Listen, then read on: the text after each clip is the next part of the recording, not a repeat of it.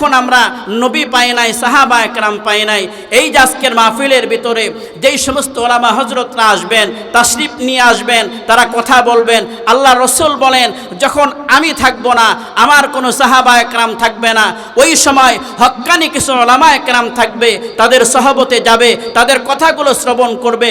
ও মুসলমান, আল্লাহ রসুলের সাহাবী হযরত আবু হুরায়রা বলেন, একজন আলেমের সঙ্গে সাক্ষাৎ করলা, একজন আলেমের সঙ্গে মুসাফাহা করলা, একজন আলেমকে মেহমানদারি করাইলা, মনে করবা তুমি নবীকেই মেহমানদারি করাইলা। সুবহানাল্লাহ, জোরে বলেন।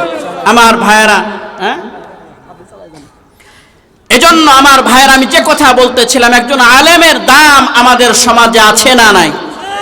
আমার ভাইয়েরা, আজকে দুঃখ আর পরিতাপের সঙ্গে বলতে হচ্ছে, ওলামা একরাম হলো জাতির রাহবার, ওলামা একরাম হলো নবীওয়ালা দায়িত্ব পালন করনেওয়ালা একজন আলেমে দিন, যাদেরকে মাওলাই কারিম নবীর দায়িত্ব পালন করার জন্য সুযোগ দিয়েছেন।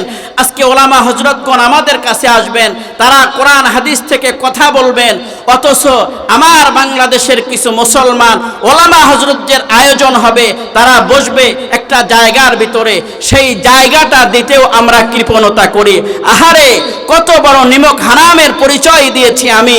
ও মুসলমান, মুসলমানদের ভিতরে সবচাইতে বড় শ্রেষ্ঠ মানুষের নাম বলা হয়েছে ওলামা একরাম। সুবহানাল্লাহ, জোরে বলুন। মানুষ তো সবচাইতে বড় দামি, তার চাইতে বেশি দামি ইমানদার যারা, তারা আবার ইমানদারদের ভিতরে তারা সবচাইতে বড় দামি যারা কিনা মুসলমান ইমানদারদের ভিতরে আলেম সমাজ। সুবহানাল্লাহ, জোরে বলে। আমার ভাইরা, আসলে ওলামা হজরতদের সহবত, ওলামা হজরতদের নেক দোয়া, তাদের দৃষ্টি, তাদের সহবত সবার কপালে থাকে না, সকলের নসিবে থাকে না। আজকের এই আয়োজনটা অন্য একটা জায়গার ভিতর হওয়ার কথা ছিল। আমার ভাইরা, কে বা কাহারা কান মন্ত্র দিয়েছে যে কারণে আজকের মাহফিল এখানে করতে বাধ্য হচ্ছি? কথা বলেন না কেন? ও মুসলমান, আমরা বাংলাদেশের মুসলমান কিন্তু ভারত থেকে বেশি আসি নাই।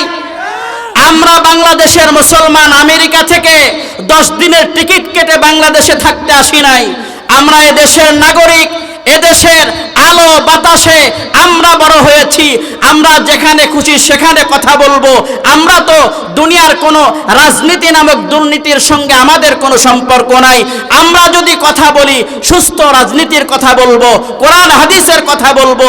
আমাদের কথা বলতে যারা বাধাগ্রস্ত করতে চায়, আমাদেরকে যারা প্রশ্নবিদ্ধ করতে চায়, ও মুসলমান, এরা মুসলমানদের দুশমন, দেশের দুশমন, সারা মুসলিম উম্মার দুশমন। কথা বলেন ঠিক কিনা?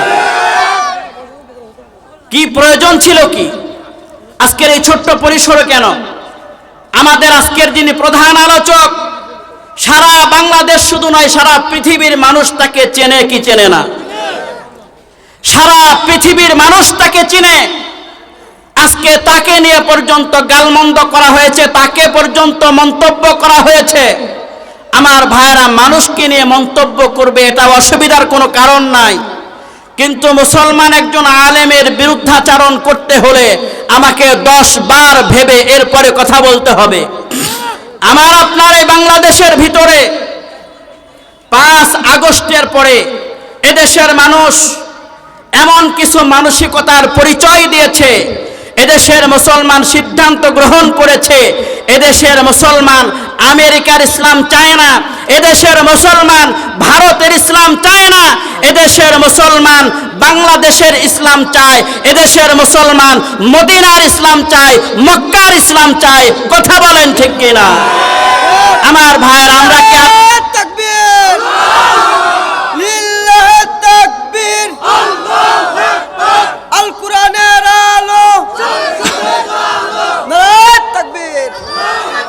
আলহামদুলিল্লাহ। সম্মানিত উপস্থিতি, আমরা আলোচনা শেষ করে দিচ্ছি, কারণ আযান হচ্ছে। ভাই, আমরা তো বুঝি কি বুঝি না? আমরা